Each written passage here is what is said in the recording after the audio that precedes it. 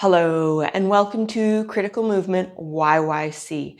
In this video, we're going to look at the 90-90 sit position. Okay, so we're going to get on the floor.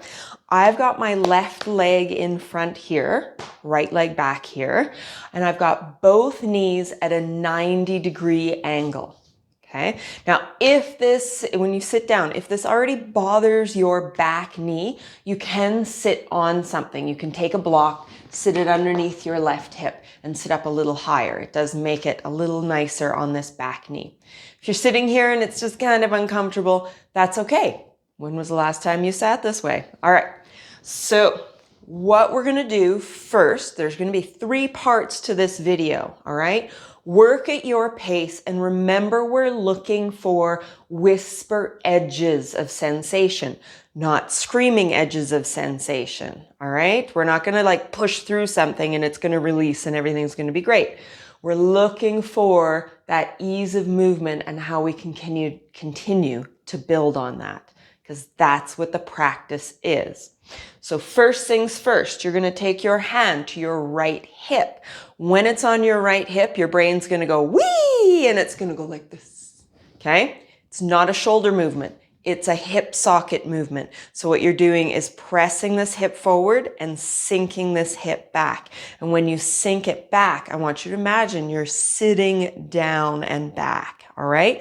So it's hip forward and then sinking back. So you're rocking this forward. You're going to feel a bit of a stretch through here and you're going to sink it back. The other thing that happens when you press this hip forward, your glute has to work to do that movement. All right. So we've got this movement happening right here. It's not shoulders. My shoulders are remaining nice and still. It's this movement here. All right. That's part 1. Try it a few times. See how it feels. Part 2, we're switching to this front left leg. I want you to take 2 hands on the floor. Your knee is in the center, and I want you to rotate your body and feel like you're looking over the edge of something, all right? Like you're sitting on a rock, looking over the edge of a rock, and you're leaning forward this way. Tendency is, because we see it as a stretch, our body goes this way because our brain wants to get as close to our knee as we possibly can. There's nothing wrong with flexing your spine, but for this movement, because I want you to isolate that front left hip, I want you to lengthen. Remember, you're looking over the edge of something. You're using your hands to find that mobility. With mobility comes strength. So at that end range of movement, I want you to work on taking this leg, pushing it down into the ground so that this leg becomes your stabilizer. And as you lean forward and push this leg into the ground, we start taking the hands off the floor. It's a little bit of work. Okay? That's that part. Once your hands can come up off the floor, you can use that leg and press yourself back to seated. And then eventually you're doing the whole movement with the stability from that leg.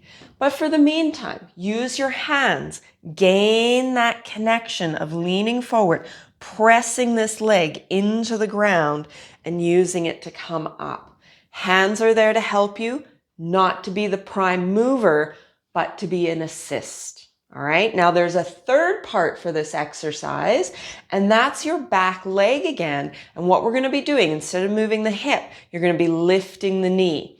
Now with this movement, you can use your hands. Okay. That would be the first part of the movement, is being able to use your hands to lift this knee up. All right. Your hands are there for support. If you can, we are working on using no hands to lift this knee up for support. And you'll notice the difference means this core abdominal area needs to do some work. All right. All of these movements, no matter if you're hinging forward or lifting or rocking this hip forward, this area, I don't really like to say abdominals and core very much, but it all works based on how much you're asking it to work. I don't want you to pre-brace it and do this movement while you're gripping and holding. I want your body to know how much, and you can hear in my voice how much different that is. I want your body to know how much it needs to work before that load comes on and how much it needs to work when you're doing that load. All right. That's how your core learns, your abdominal muscles, okay, the hip flexors, the lower back muscles, that's how they learn to help stabilize you in an easy way.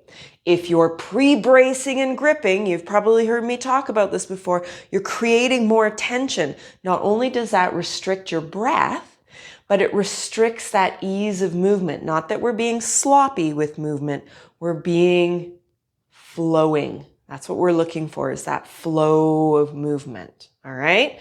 So we've got this back knee lifting. I'm not going to use my hands.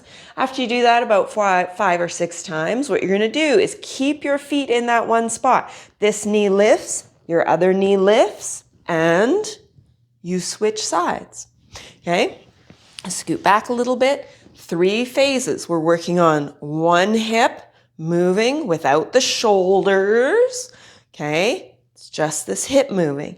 Then we're going to turn, face, hinge forward. Maybe take the hands away. Press back up. Moving through this range a couple times, a few times. Realistically, as you know, I've talked about this before, I want you to move through it until your body goes, oh man, that's work. Keep that connection with your breath that we work on. Get through 1 to 2 more breaths while you can keep your nervous system calm. There's a difference between push, push, go, go, yeah, 5, 4, 3, and counting to that internal, I'm going to pay attention to my breath. I can feel this. I'm going to go for 1 to 2 more breaths. I'm going to keep my nervous system calm, and you continue. That's the part I want you to build on, that internal aspect of feeling how you control the body.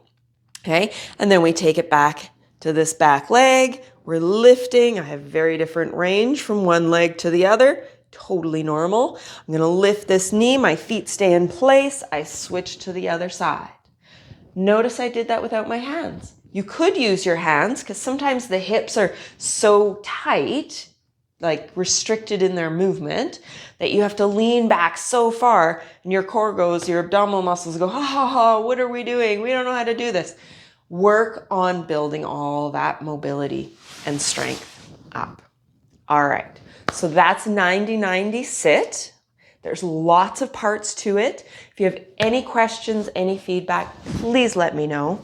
Otherwise, I'll see you in the next video.